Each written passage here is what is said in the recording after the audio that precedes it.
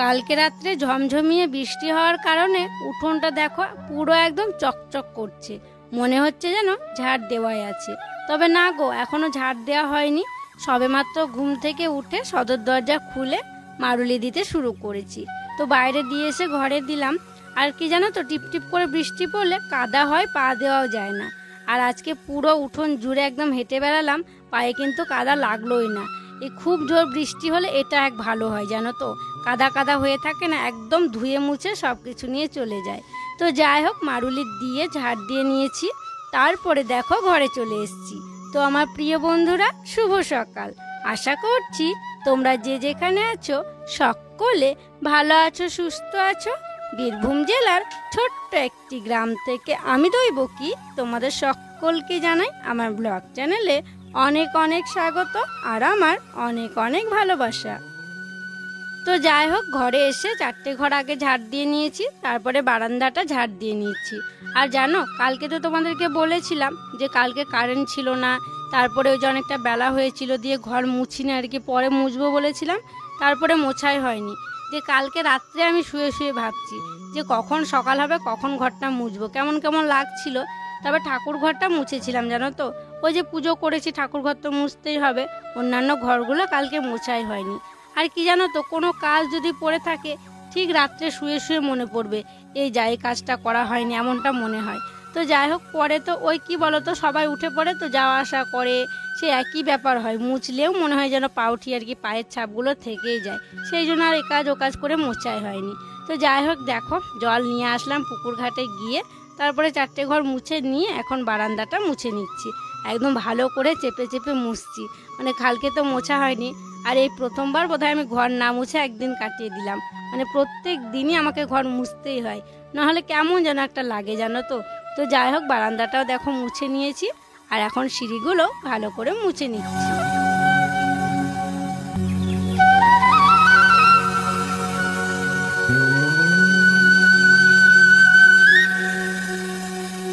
ঘর বারান্দা মোছার পর গ্যাসের ঘরটা মুছে নিয়েছিলাম, তারপরে দেখো কিছু বাসন নিয়ে চলে এসেছি পুকুর ঘাটে।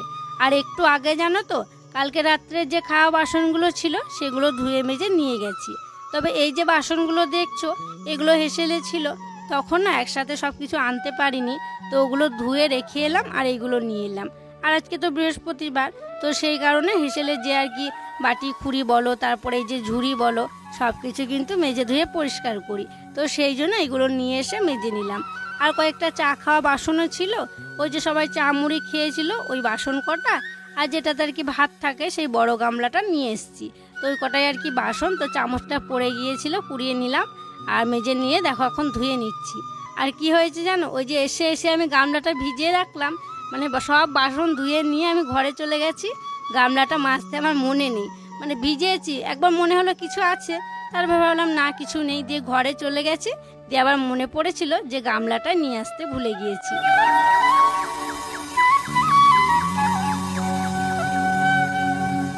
তারপরে দেখো আলু আর বটি নিয়ে বসে পড়লাম আলু কাটবো বলে, ওই যে মুড়ি খাবার তরকারি করতে হবে, তো আলুর তরকারি করব। আর বেশিরভাগ আলুর তরকারিটাই হয় জানো তো মুড়ি খাওয়ার জন্য। আর কি জানো তো, আজকে একটু আগেই মুড়ি খাবারটা করে রাখবো, কারণ আজকে বৃহস্পতিবার, স্নান টান করবো, পুজো করব, অনেক দেরি হয়ে যাবে, মা বাবার খিদে লেগে যেতে পারে, তো ভাবছি তাহলে আলুর তরকারিটা করে রাখবো, খেলে তখন খেয়ে নেবে, পুজো করতে আমার দেরি হবে। আর এদিকে রুদ্র বাবা গেছিল মাঠে, সকালবেলাতে উঠে মাঠে গিয়েছিল, তো মাঠ থেকে এলো, আর মাঠ থেকে আসার পর জানো তো ওকে চা খেতেই হবে। ও এদিকে দেখছে আমি ব্যস্ত আছি, ও আবার এসে নিজে চা করেছিল, দিয়ে চা খাচ্ছে। আর এদিকে মোটা একটা আলু আমি কাটলাম, কেমন একটু খারাপ ছিল, বাদ দিয়ে দিলাম, মানে গোটাটাই আমি বাদ দিয়ে দিচ্ছিলাম। তো রুদ্র বাবা বলছে যে বিনা পয়সায় পেয়েছে বলে তুমি আলুটাকে ফেলে দিচ্ছ নাকি, মানে পিসির বাড়ি থেকে নিয়ে আসা হয়েছিল, যে আবার ও বলছে নাও আলুটা ভালো আলু, দিয়ে আবার যেটুকু আর কি খারাপ সেটুকু বাদ দিয়ে ওই আলুটুকু নিয়ে নিলাম। আবার ও দেখছে, বলছে আর কাটতে হবে না, এতেই হয়ে যাবে। তো যাই হোক, কেটে নিয়ে তরকারিটা করে নেব।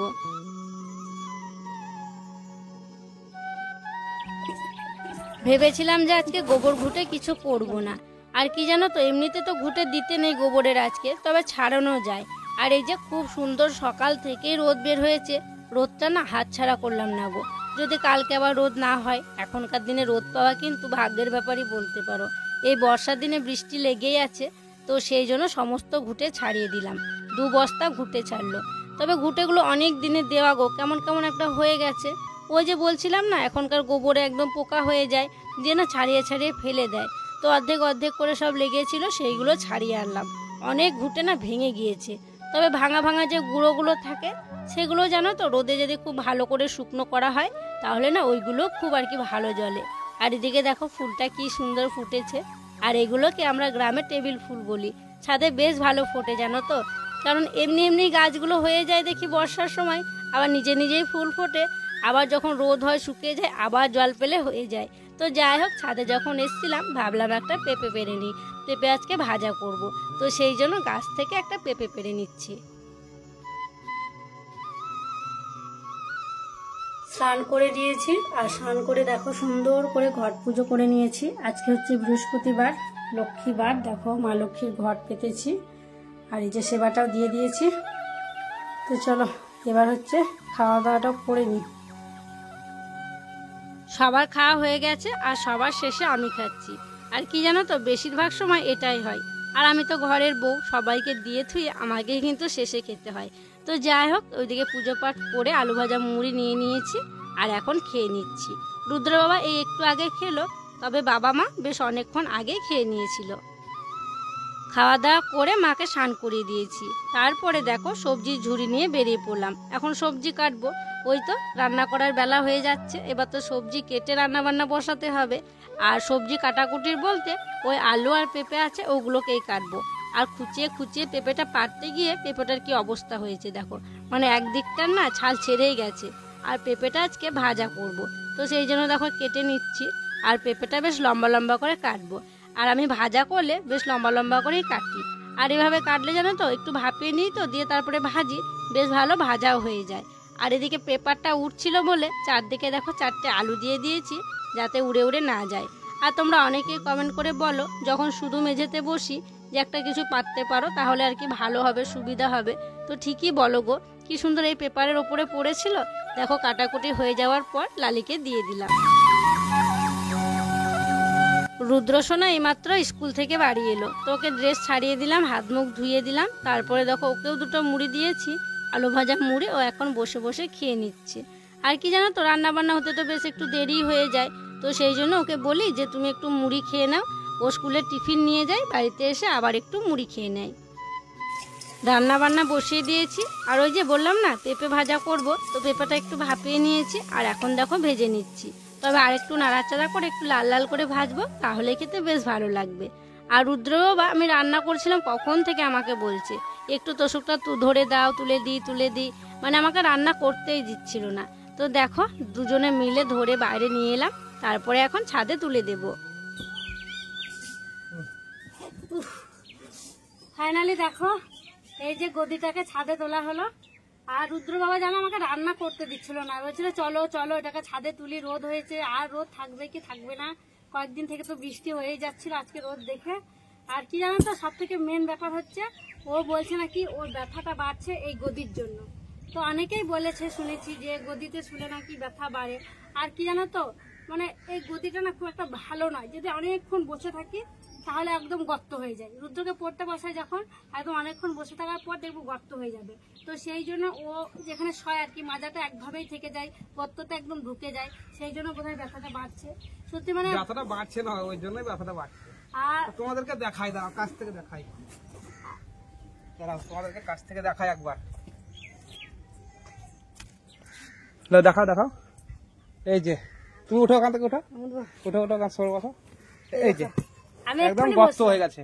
আমি এখনই বসলাম, গর্ত হয়ে গেল। এটা তো কি মানে 2 মিনিটও বসা হলো না আমার। যদি 5 মিনিট 10 মিনিট বসে থাকা হয় একদম ঢুকে যায়, এমন গর্ত হয়ে যায়। সত্যি করে বন্ধুরা, ভাবিনি যে কোনোদিন যে বিয়ের এই যৌতুকে দেওয়া, মায়ের বাড়ি থেকে দেওয়া, মানে এই জিনিসটা এতটা খারাপ হবে। এইখানে ভালো বুঝতে পারবে। এই যে আমি একটা আঙুলে টিপে ধরছি, ঠিক আছে, এই জায়গাটা দেখো গর্ত, এই দাও গর্ত হয়ে যাবে, মানে বসলেই গর্ত হয়ে যাবে। গর্ত হয়ে গেল। ভালো ছিল, মোটা ছিল, যত দিন যাচ্ছে তত বেশি খারাপ হয়ে যাচ্ছে। সত্যি ভাবিনি এই বিয়ের জিনিসটা এরকম ভাবে খারাপ হয়ে যাবে। তো কি বলতো, বাবাদেরও দোষ নেই, বাবারা তো দোকানে ভালো বলেই নিয়েছিল, দোকানদাররাও বলেছিল, বুঝিয়েছিল এটা ভালো হবে দিয়ে দিয়েছিল। তো এই যে 5 বছর তো নয়, 7 বছর পর যে এরকম অবস্থা হবে ভাবতে পারিনি। এই দেখো অনেকক্ষণ যদি বসে থাকি একদম তুমি সরে যাবে, গর্ত হয়ে গেছে। গর্ত কেন যে এটা এরকম বুঝতে পারি না আমি, তো সেই জন্য আর কি রোদে দেওয়া। ও সে বলছে রোদ হলে রোদে দেবো। তো আজকে দেখো রোদে দেওয়া হলো, কিছুক্ষণ রোদে থাকবে তারপর নিয়ে যাওয়া হবে। এই দেখো গভীর গেল, পায়ের ছাপ, গর্ত হয়ে গেল, পায়ের ছাপ পড়ে যাচ্ছে গোটাগুটি। লাফা দেখি, ভালো বোঝা যাচ্ছে।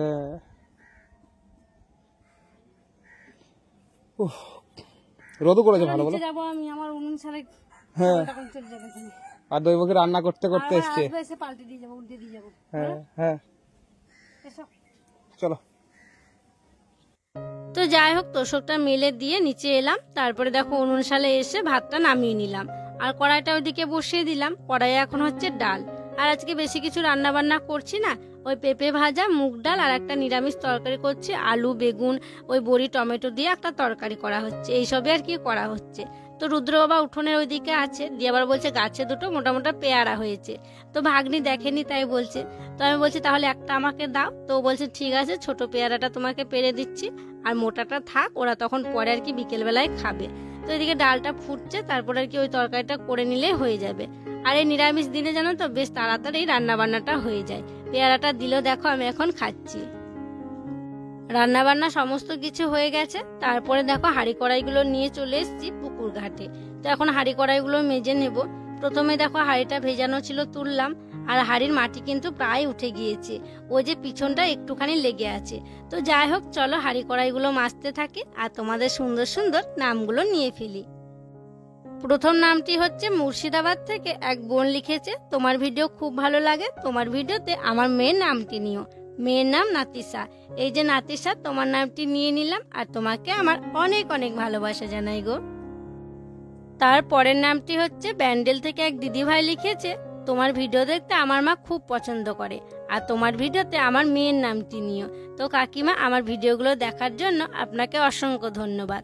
আর তোমার মেয়ের নাম আরোহী, এই যে আরোহী, তোমার নামটিও নিয়ে নিলাম, আর তোমাকে আমার অনেক অনেক ভালোবাসা জানাই গো। তো যাই হোক, তোমাদের সুন্দর সুন্দর নামগুলো নিতে নিতে এদিকে দেখো বৃষ্টিও শুরু হয়ে গেছে, আর আমি একদম বাসনপত্র রেখে দৌড়ে চলে এলাম ছাদে। এদিকে আমার তো দৌড়াদৌড়ি করে আসা দেখে রুদ্রও আমার পিছু নিয়েছে জানো। ও বলছে, মা তুমি কি করবে, এত দৌড়াচ্ছ? আমার পিছে পিছে ও চলে এসছে। দিয়ে এখানে দুটো বস্তা রাখা ছিল, আমি একটা বস্তায় ঘুটে ভরছিলাম। তো ও বলছে, মা আমিও ভরে দেব, বৃষ্টি বেশি যদি আসে তুমি ভিজে যাবে। তো সেই জন্য দেখো ও কিন্তু আমার হাতে হাতে কাজ করে নিচ্ছে, মানে ও ঘুটে ভরছে।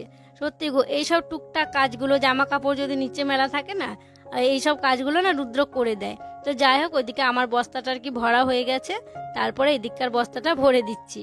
আর ওইদিকে ও পাকামো করে কি বলছে জানো, যে তোমারটা আরো ধরবে, তুমি তোমারটা ভরো, আমারটা ভরতে হবে না। তো আমি বলছি না, তাড়াতাড়ি করো, জোর বৃষ্টি এলে সব ভিজে যাবে। তো সেই জন্য দেখো তাড়াতাড়ি করে দুজনে মিলে সব ঘুঁটেগুলো ভরে নিচ্ছি। এদিকে দেখো ও তা গুছিয়ে গুছিয়ে একদম ভরছে। তো যাই হোক, দুজনে অনেকক্ষণ ধরে দেখো সব ঘুঁটে ভরে নিয়েছি, এখন সিঁড়ির ওখানে রেখে দেব। ঘুঁটেগুলো তুলতে তুলতে পুরো একদম হাঁপিয়ে গেলাম গো। কি বলতো, যদি ধীরে সুস্থে তোলা হতো তাহলে কিন্তু হাঁপাতাম না। মানে দৌড়াদৌড়ি তাড়াতাড়ি করে ঘুঁটেগুলো ভরলাম। ঘুঁটেগুলো ভরে এসে আবার কড়াইটা মাজতে ছিল, পুকুর পাড়ে গিয়ে কড়াইটা, প্রেসার কুকারটা মাজলাম, হাত মুখ ধুয়ে এলাম। তারপরে দেখো সবাইকে খেতে দেব। মানে এত গরম লেগেছিল, বৃষ্টির জলে ভিজছি, তাও গরম করছে। দিয়ে এদিকে আবার ফ্যানের তলে বসলাম, বসে এখন থালা বাসন বের করছি আর কলের জল বুলিয়ে নিচ্ছি। মানে আর একবার তো বলানো হয় পুকুর পাড় থেকে এসে, তাও খাওয়ার সময় আর একবার কলের জল আর কি বুলিয়ে নিই। তো যাই হোক, এখন ভাত তুলবো, সেই জন্য একটা ছোট বাটি নিয়ে নিলাম। তো দেখো এখন ভাত বেড়ে নিচ্ছি। তো সবার জন্য ভাত বেড়ে নেব, তারপরে তখন একসঙ্গে সবাই খেতে বসবো। আর এই যে দেখো আজকে কি কি রান্না করা হয়েছে, পেঁপে ভাজা, মুগ ডাল, আর ওই যে বড়ি, আলু, টমেটো, বেগুন দিয়ে একটা নিরামিষ তরকারি। তো চলো এখন খাওয়া দাওয়াটা সেরে নিই।